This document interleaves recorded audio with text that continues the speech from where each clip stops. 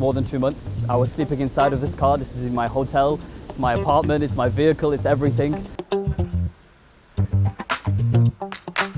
My name is Harris. This is my Yaris, my 20-year-old car, Toyota, that I've driven all the way from Britain to Bosnia. I'm a historian. I look at the lost Muslim heritage across the world.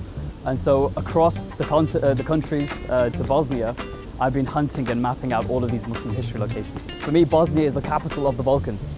It's the culture, it's the people, it's everything. So this trip was honoring a promise of an old friend of mine. Before he passed away, he was 16, 17. He said, if you were to drive your Yaris, if you drive it to Bosnia, I'll give you £20. If you go to Bosnia in that little Yaris, that's going to blow up. Yeah.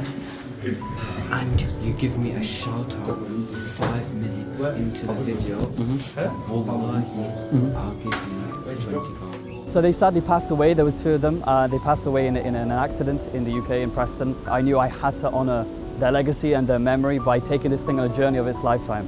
And it's not just been driving to Bosnia, it's been looking at the history of Muslims. So I was traveling for roughly about 2 months, more than 2 months. I was sleeping inside of this car. This is my hotel, it's my apartment, it's my vehicle, it's everything. I packed up everything I had in the UK, all my clothes, my whole wardrobe is in here. And in October 26th, I believe, I departed from the UK. So I traveled to Bosnia for the first time 3-4 years ago as a solo journalist. And when I came back to the UK, it was my duty to tell everybody about the story of Bosnia, to tell the beauty, the history of, I call it the Andalusia of the Balkans, because there are hundreds of thousands of historical monuments and mosques and things that have disappeared. And for me, Bosnia is the capital of the Balkans. It's the culture, it's the people, it's everything. And it's attracted me so much because there's so much that's needed to be talked about. So I decided to begin my journey in Bosnia here by driving into the Srebrenica border.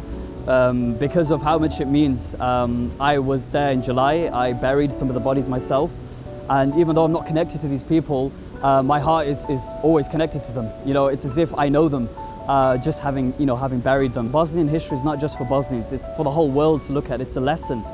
They say that Srebrenica was the lesson and Gaza is the test. Everybody knew what was happening in Bosnia. Everybody knows what's happening in Palestine. And everybody also knows what's happening in Sudan. So there were many motivations behind the trip, and one of them was to spotlight what's happening in Sudan. Of course, it's the worst humanitarian crisis on record. And we managed to raise £20,000 for Sudan on this trip. So, you know, although it's not a lot, for me, it's helping to bring awareness to what's happening over there. I drove in this 20-year-old Toyota Yaris. It was bought by my grandfather. We had a few problems. The tires occasionally went out because of driving so much in the Alps and the mountains.